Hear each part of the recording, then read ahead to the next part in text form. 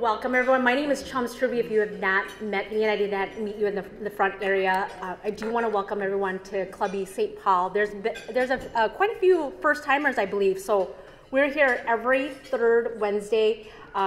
We come together just to learn a business topic, a variety of business topics, to make some connections. So I welcome everyone here. We have some upcoming events on our website, clubby.com, and on our meetup. November 2nd, we have Pursuing the Future Perfect, and that's at the Minneapolis Club event, and that's Rick's event that he hosts on the first Thursday, generally speaking. And then our next event here is November 15th. That's Know Yourself and Improve Your Business here on the 15th again. Our luncheons are supported by our generous sponsors, and I want to acknowledge them today. The University Club, Olson Thielen CPAs, a regional accounting and consulting firm. I don't think Mike is here yet.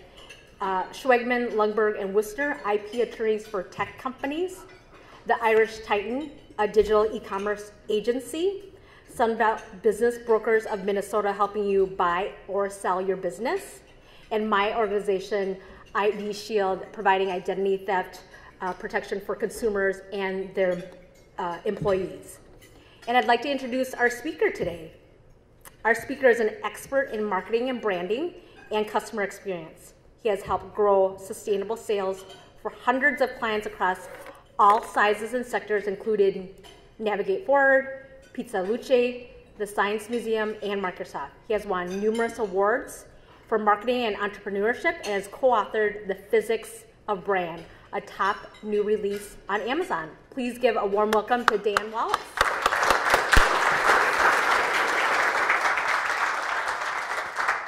Thank you, Chum, and thank all of you for being here today. So obviously the topic is something that's of interest to all of us. We all represent brands at some level, and brands have gone through, in my belief, more change in the past 20 years than they have since the first trademark was issued to Bass Ale in 1875. Brands actually haven't been around that much in human history. And the reason for that change is in your purses or in your pockets. Pick out a cell phone, open up an app, and suddenly you can get on the internet and you can learn about brands, you can learn about products, you can shop for price, you can buy, you can write reviews, you can read reviews, and this is revolutionizing business, politics, and just about every area of our life.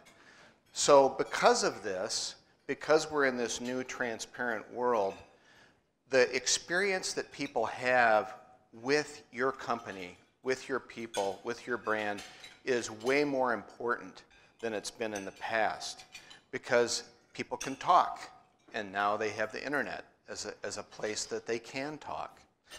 So I'm going to go through 7 models that I believe help understand how brands work today.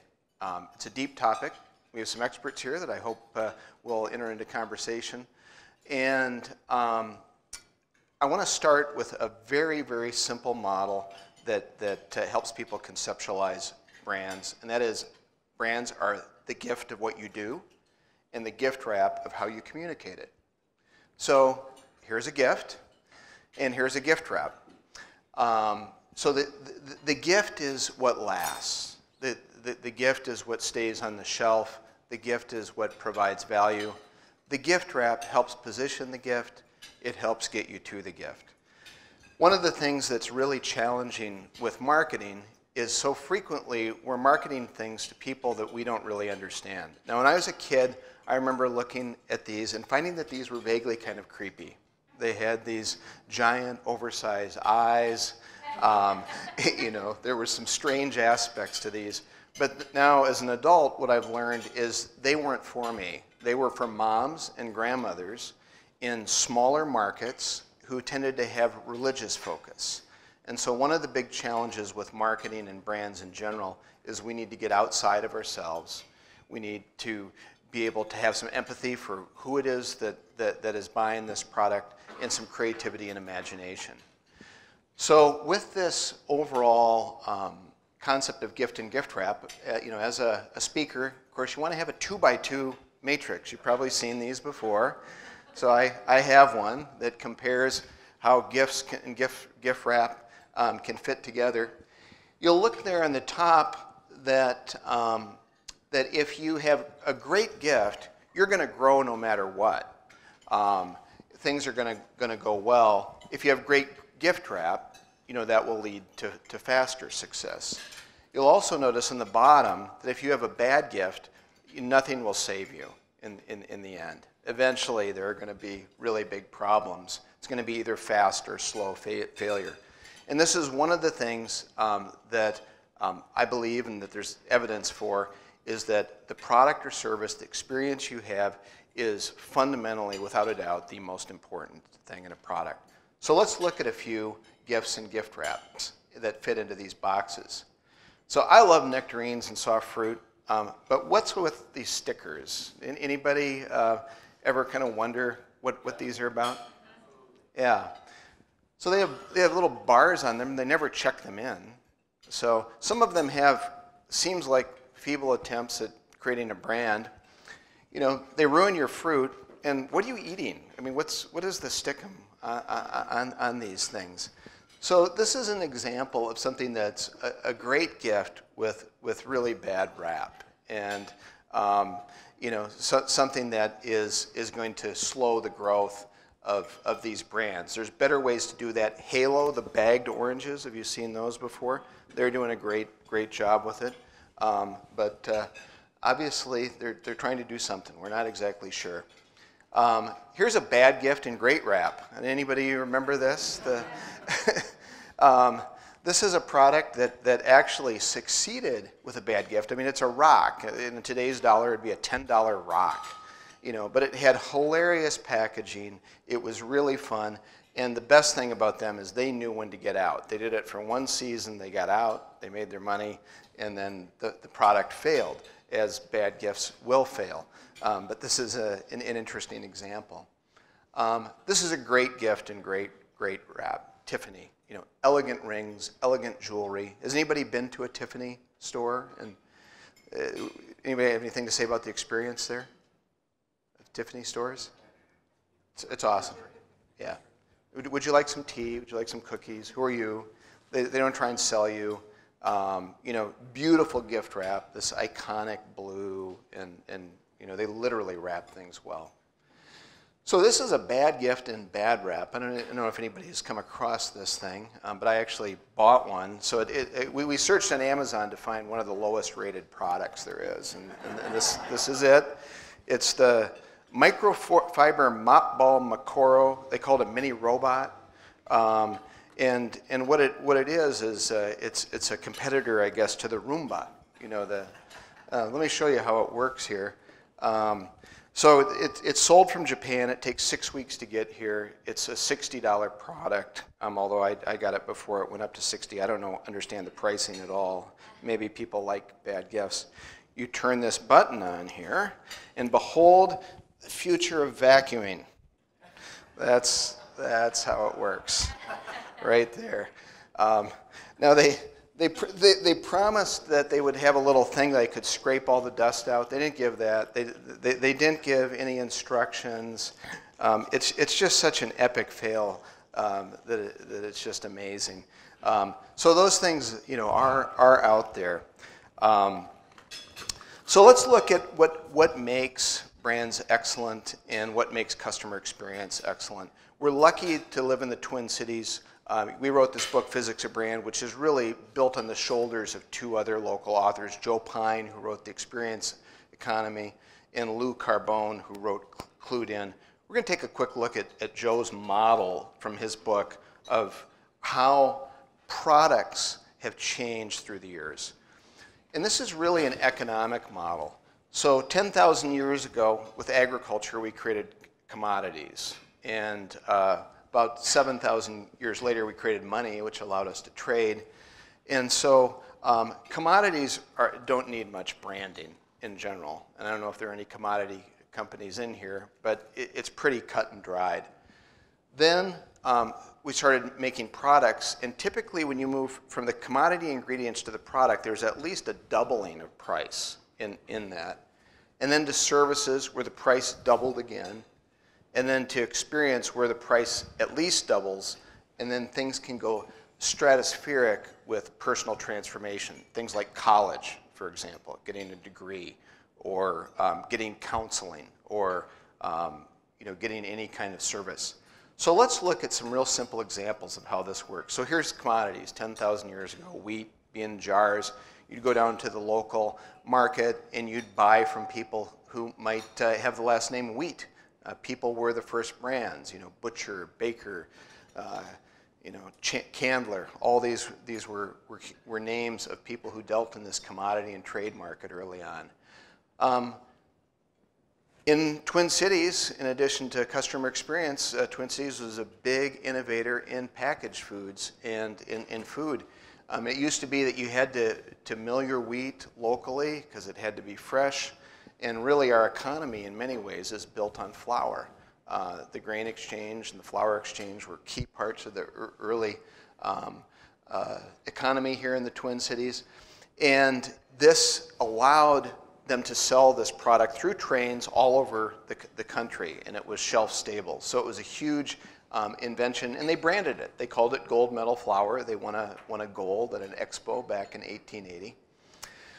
So then people started making products out of this flour, like pizza. Price doubles again. You can order a pizza, or you can make a pizza. It's going to cost a lot more to do that, but it's convenient. Then let's say you really love pizza and you decide, I want to learn how to make pizza myself. You can go take a class, and then again it can double or triple. You can take this class. It's a multi-sensory experience, and you're really learning all about pizza and getting into the product. And then let's say that you really want to take it to the next step and you want a personal transformation. You want to be a chef. So you go to Europe for 3 months, you learn languages, you're learning how to do French cooking, you're learning how to do Italian cooking, and you come back transformed. You are a new type of person. You are now a European chef. So this is an important model to look at in terms of where you fit in this continuum, and each one of these areas needs to be marketed very differently. The gift wrap means a different thing with personal transformations than with commodities. So it's a good framework for you to look at your business and to think about it. So here's another one.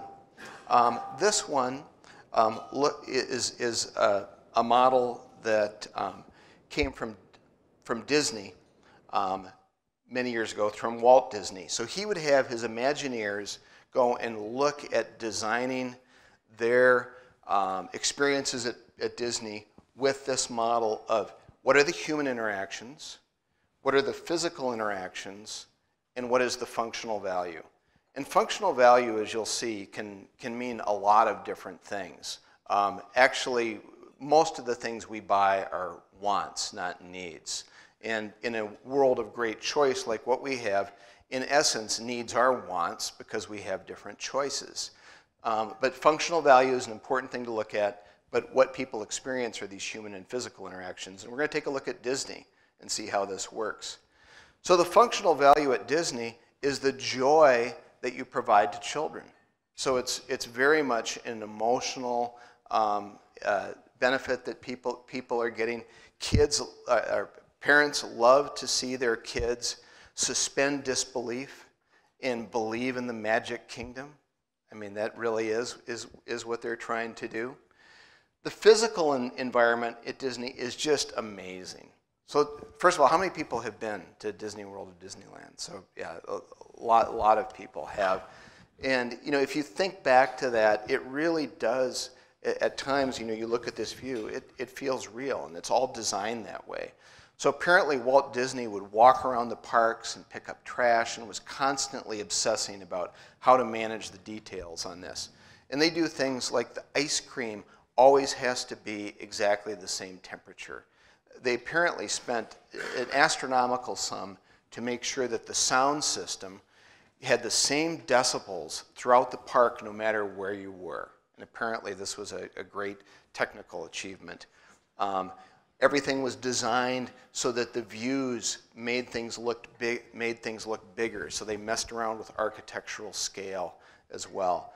So it's an amazing example of an experience. And then they cap it off with cast members. The people who work at Disney, they don't see themselves as employees at an amusement park. They see themselves as Belle.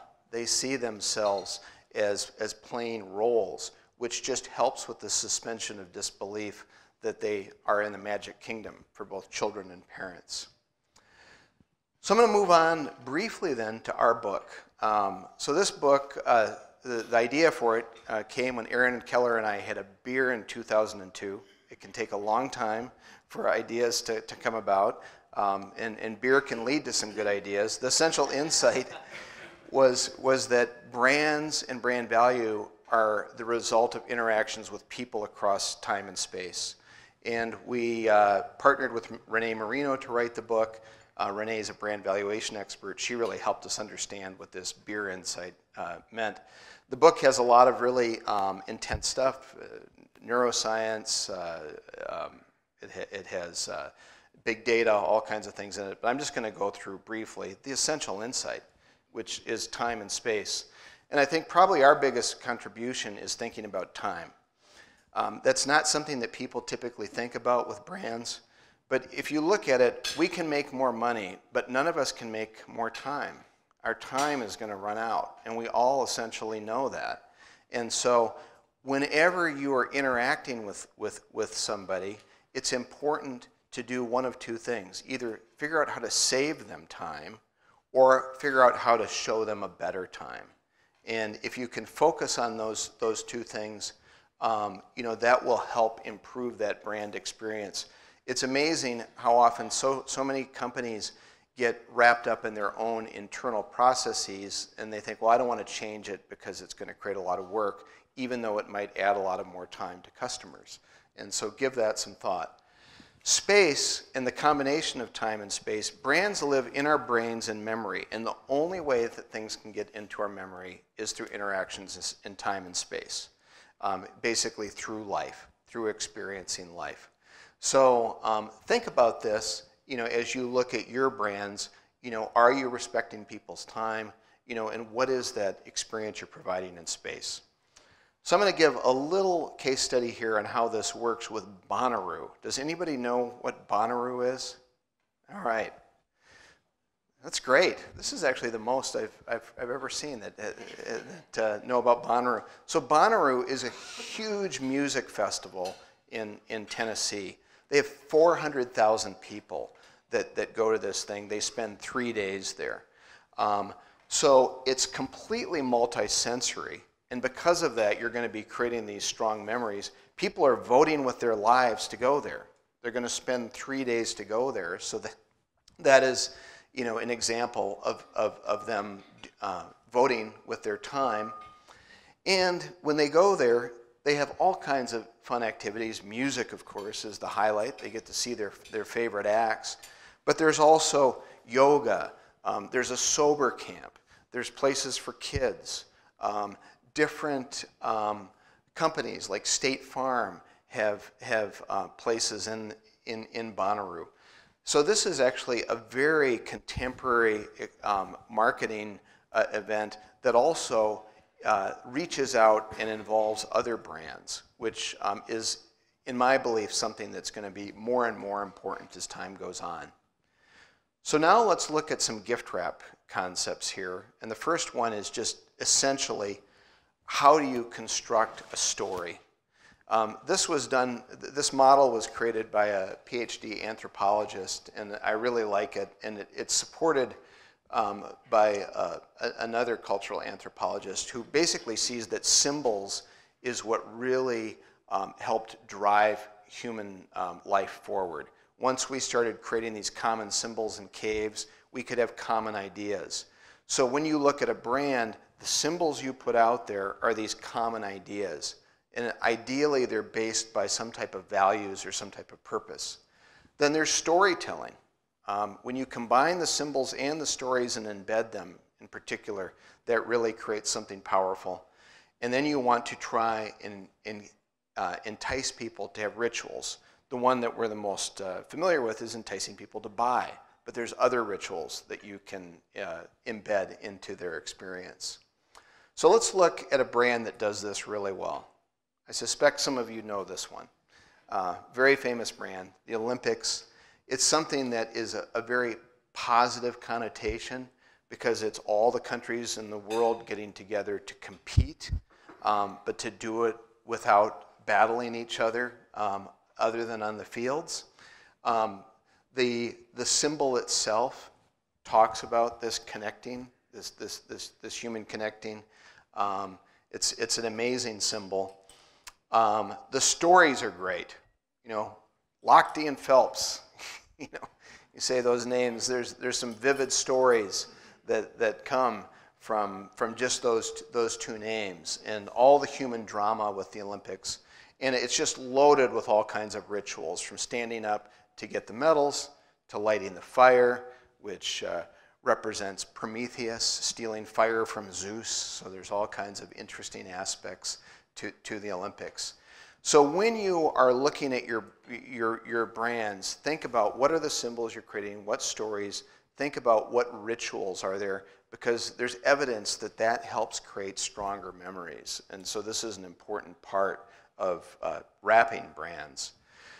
But in addition to that, you also need media channels to get the word out there.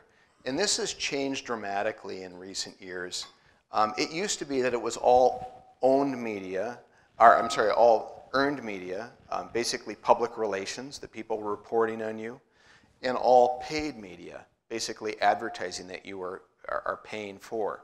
But what's happened with the internet is there's a very important and growing new channel, and that's owned media.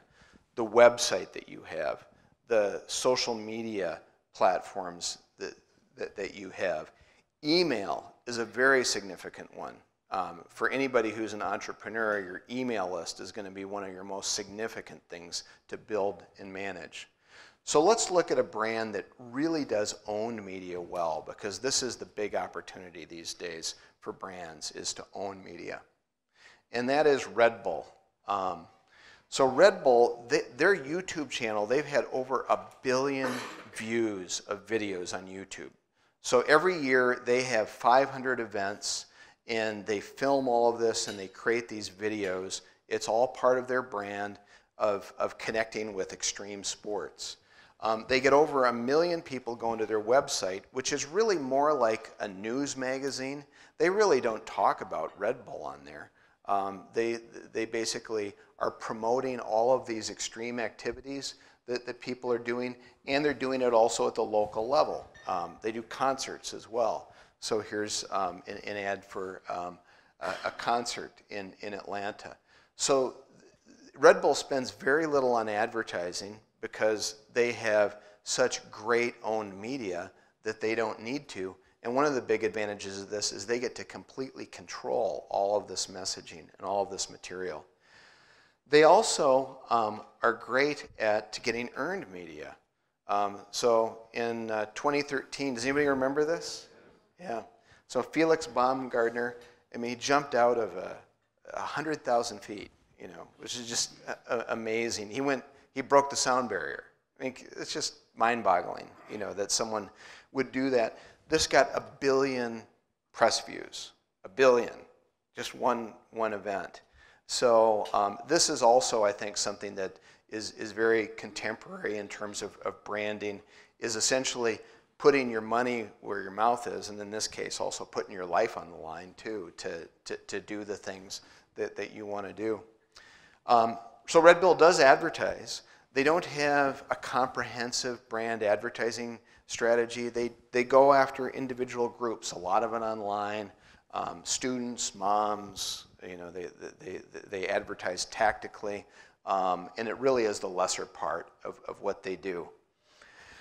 So finally, I'm going to show you one more model, and that is how I believe brand organizations should be built today. And basically, I think the pyramid needs to be flipped. that customers are in charge right now. You know, anybody can get online right now and say anything about me or you or your brand, and it can be public and permanent. And people can talk and chat and share these experiences on there. The other thing I think that is really important is, particularly if you're in a service business, is to really focus on your employees' experience, because they're going to be the primary interface with the customers.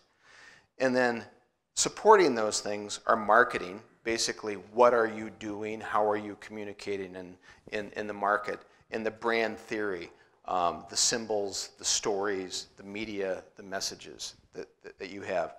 So I'm going to look at Wegmans. Anybody here been in the East Coast and been to Wegmans? Yeah. What are your thoughts, Mike, of like Wegmans? It's Byerly's plus. Yeah, it's amazing. It's an amazing brand. Their branding's really good. So it's a New England company. You know, talk about symbols. There's the clock tower that was in all these small New England towns. You know, they're you know, the stores themselves look great. So you know, the brand is in excellent shape. Their marketing is good. One of the things I think that is really smart is they have a great app that will allow you to pre-order things, shop. It'll tell you where things are in aisles. It's a good way for them to save time and to improve that experience. You don't have to worry about running down every aisle to figure out where everything is. And they treat their employees amazingly. So this is probably the biggest thing that they're doing right. So they're rated #2 for best places to work by both Forbes and USA Today. Their employees tend to stay for life. They pay them well. They give them a cake every anniversary. If they're out there shoveling in the wintertime, they give them cocoa. So they believe in the adage that if you treat your employees well, they'll treat your customers well, and everything else will take care of itself. And so, you know, amazing in that respect. And the actual customer experience, as Mike said, is great. I mean, it's more like kind of a mix of an eating establishment and a social space and an upscale, nice grocery store. So it's all of these things. So those are the models I have to present. I want to just leave you with a few things that are kind of like top takeaways. One is that customer experience is your brand these days. That's really, you know, how you should define it. The other is that branding now is a team sport. Everybody has to be involved in it. It can't just be your agency. It can't just be operations. Everybody needs to be working together on branding. The other is that your brand is both your gift of what you do and your gift wrap. And you have to have a good gift. And if you have great gift wrap, then you can have an awesome brand. So that's it for my formal presentation. I want to have conversation, certainly ask questions, and if I can answer them, I will. But we have 2 marketing experts and colleagues here, John and Ross, and there are other people. So any questions or any comments or thoughts that you want to share?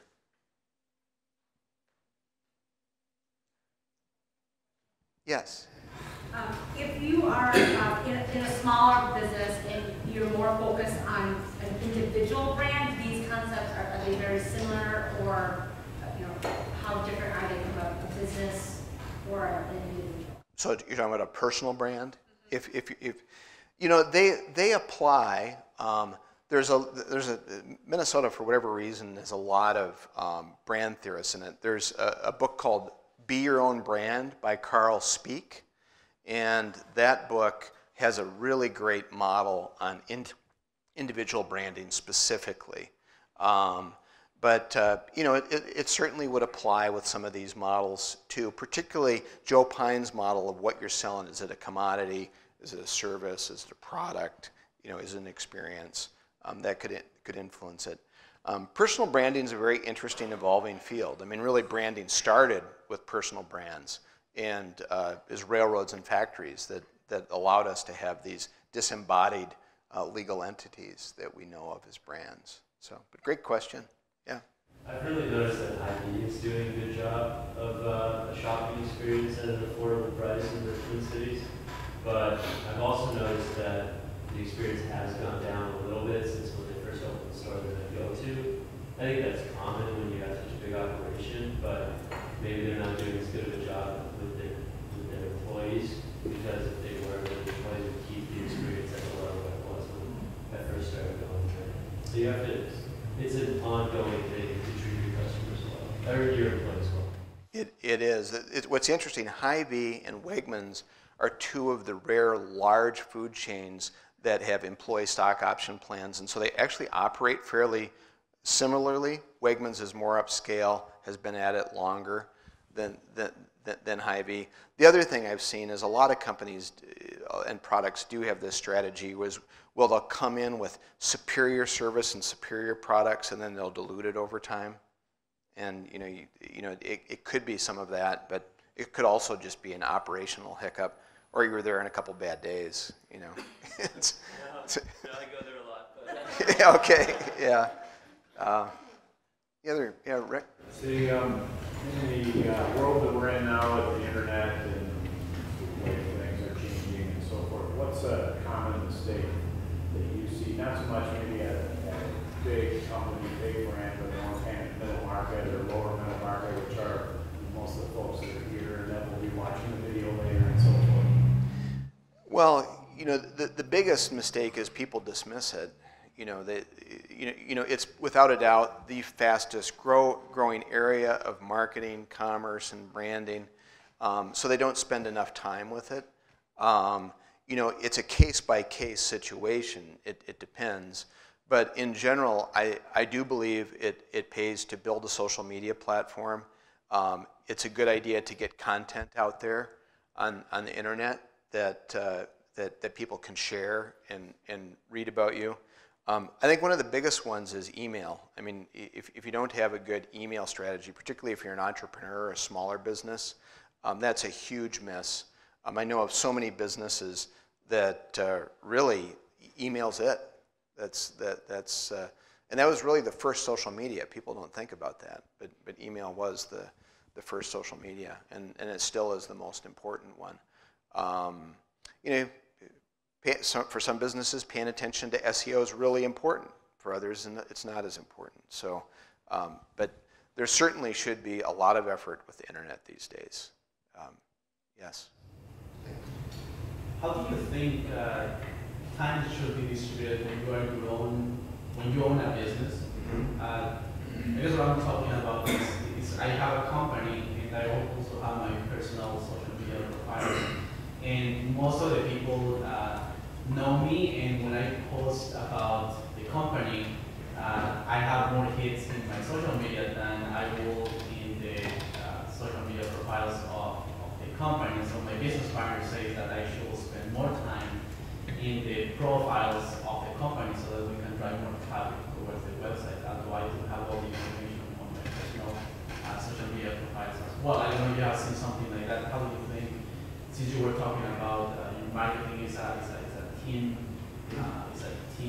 game, right? I think that if I share about the company on my social media profiles, it will also be a good thing for the brand itself.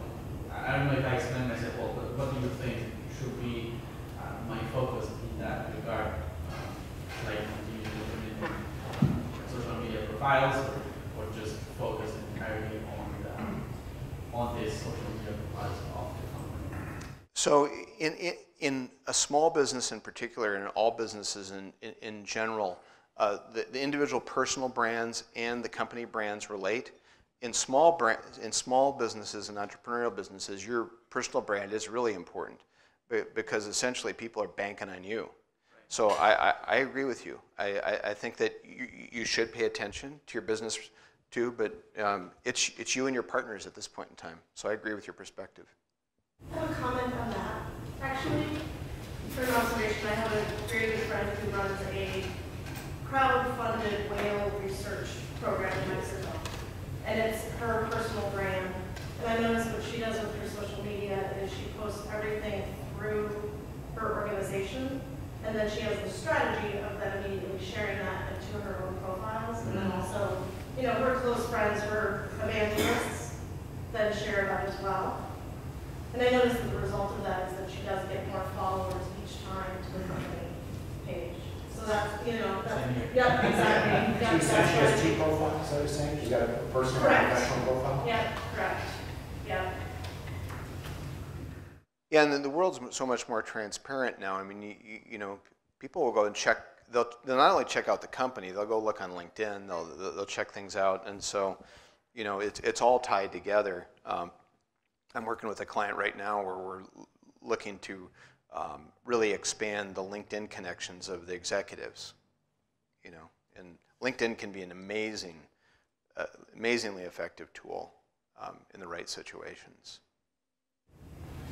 Tell me how packaging translates into a service-based business. I have an educational-based company that I'm starting. Yeah. Workshops. How does one package that? So, you know, first and foremost, who you are, how you dress, you know, how you come across, you know, so that's going to be the core, you know, of it, and your website, you know, and what you put out there, you know, that's going to be very important. Your emails, you know, how those look. So, you know, in a business like that, you're probably not going to be doing a lot of mass advertising, and it's pretty niche. So, but you know, the look and feel and the messages and the mediums that you're putting things through, it should be consistent and should be coherent. Yeah, and I'll add to that. I think of the story behind how you got there, your experience, and that brings, you know, gives people context to why you're doing it and what's motivating you to do that, so then that'll give them more emotional connection to the overall offering. I agree, Russ. I'm working with a client right now. We're spending a lot of time on I call it the origin story of her business, because it came out of a personal experience. And from that, she was originally going to write a book, and she realized it might make a better business than a book. And being an author is great, though. But she's decided to make a business out of this. And so there's a lot of, you talk about the personal branding. There's part of it, it's the packaging. A big part of it is her story and how that comes about. We're spending a lot of time talking about, she's a 5'3" blonde female, and she's worried about, you know, what do I get lumped into? And so, okay, well then how do we position and how do we build, how do we design the experience of you and your business and your company? And so we're giving a lot of thought to what does her PowerPoint presentation look like, what do her workshops look like, and as you mentioned, design is important, but it's also the voice that we use. All of those things, if they work cohesively, can be quite powerful, but we are thinking through each of those touch points. And what does she want to be communicated, or what does she want to be perceived as? For her, it's partly about, you know, how do I make sure I'm not judged based on my physical being, and I want to be judged on my professional being? Good points. That is a service-based business, and the way that we've been getting the word out is actually through customer experience videos. So, and I work with little kids, so it's easy to pull on heartstrings. But, you know, actually putting a family under a microscope and saying, okay, this is their individual story of how your brand wove itself into their life and what it did for a positive impact. So that actually really helps. Okay, Sock Trust is more than just teaching kids soccer, it's more than that. So as a service, I think that's what effect long term we have. That's awesome, and videos are really powerful. Communicate emotion. Other? I just have a comment for Jen before this. I was thinking also, would it make a big difference of what organizations you align yourself with? Like if you're a volunteer for an organization or if you're speaking at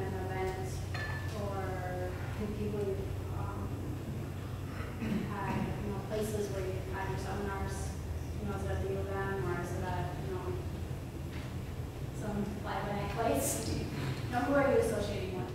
That's, yeah, that's a big one. So kind of the dean of brand theory is David Aker. And one of his core concepts is that brands are primarily about associations that are made. So to your point, and if you look at like how brain structure is, neurons basically have memories based on associations with other neurons. So everything that you associate with is part of your brand. It's a good point. Yes? When you were talking earlier, in your early slides, you mentioned the element of time. Yes. Or, saving people time, or I think you said making having a better time. Having a better time, which I think it just stopped me for a moment, because there's so much conversation in brand world today about purpose and promise and values and those sort of things. How do you relate those two concepts? The time notion is timeless, if you will. Yeah. But most of the conversation now is around purpose and promise and things like that. How do you relate those? So the time concept I see as an economic concept. So it's fundamental in economics. So I mean, you know, economics is a relation of time. Productivity is a relation of time. But also it has an emotional aspect that we want to feel good, and we want to feel good for a longer period of time. And so that's important. You know, purpose, I think, is significant. I do think it's being a little bit overblown in some cases, in a lot of cases actually these days. I think that the time concept is more durable for a lot of businesses. So for example, if you're in a commodities business, you know, and you have, you know, or a product that has a functional time savings and will make your life easier, I think it's probably going to be better for you to talk about that than your charity or what your purpose is. That said, I do think it is an advantage for all businesses if they have a motivating purpose, if for no other reason than for their employees, you know. And so the purpose could be, we want to create a great place to work. And that's fine.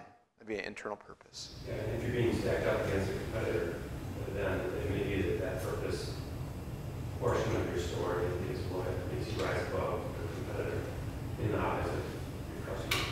Exactly. Yeah. Yeah. Well, I don't know that you necessarily mentioned targeting or having very focused on verticals. Yeah. When I'm working with my clients, and I'm not a marketing guy, even from a standpoint of building a business, take one vertical or one very, very small niche and really build it strong, and now you have the assets to be able to do all these others. How often do you see somebody going very too wide and not narrow enough, or too narrow and not broad enough? That happens frequently. You know, I have one client that has done just an amazing job focusing on niches, navigate forward. So they do executive outplacement, and their competitors do outplacement for C-level, VP level, and director level. And they realize that VP and C-level people have different needs and desires than people at director level, plus they get paid 2 to 3 times more for those outplacements. So they focused on that. They've left a lot of money on the table, you could say, but they have a much better business because of it. So those are very important conversations. I didn't bring them up today because I see those more in the realm of pure marketing, you know, but very significant and very important. A very quick example of that, I was in the sales training business for many years, and the egg dealers were a big target of mine. And I literally got kicked out of that industry by one guy out of Texas, because he went right to Case, he went right to John Deere, he went right to Caterpillar, and he took over the entire national market.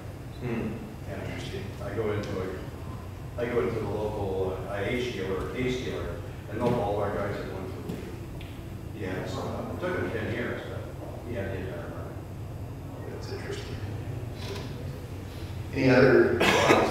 So, writing a book Yes. is an easy task. It's probably one of those things, romantic things, like having a restaurant. You know? Yeah. Now you've written a book, so as you apply your profession to the process of the writing the book and trying to get the book known, what you learn about branding, and marketing of the book, and that experience, the personal experience that you had?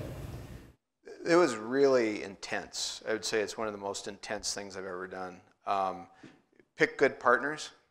Renee and Aaron were great partners. You know, we created a governance plan where Renee, because she has to testify in court, she was the judiciary. She would say, well, prove that, you know, is that true? And so that was her role. Even though Aaron and I are both writers, Aaron writes better long form, so he was the writer, he was the president of the book in a way.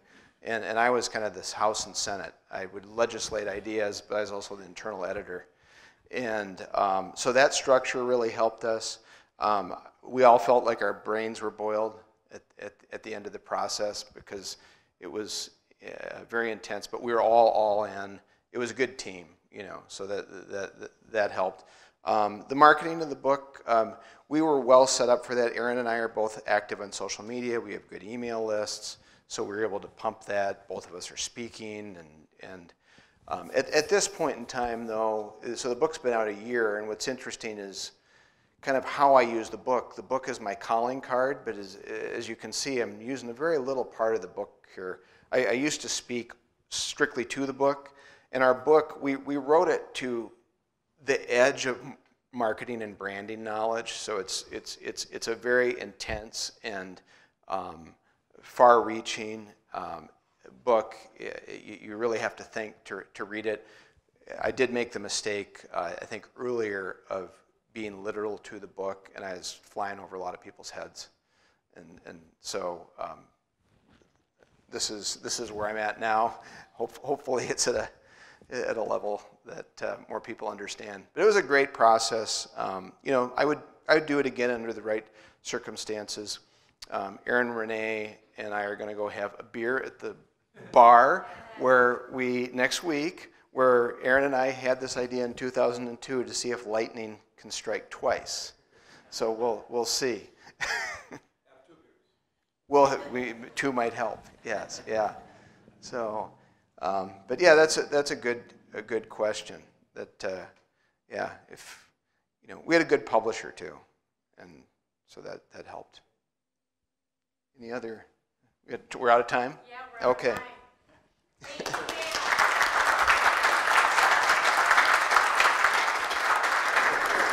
So we have the room open for networking, but thank you again for coming and look forward to seeing all of you again.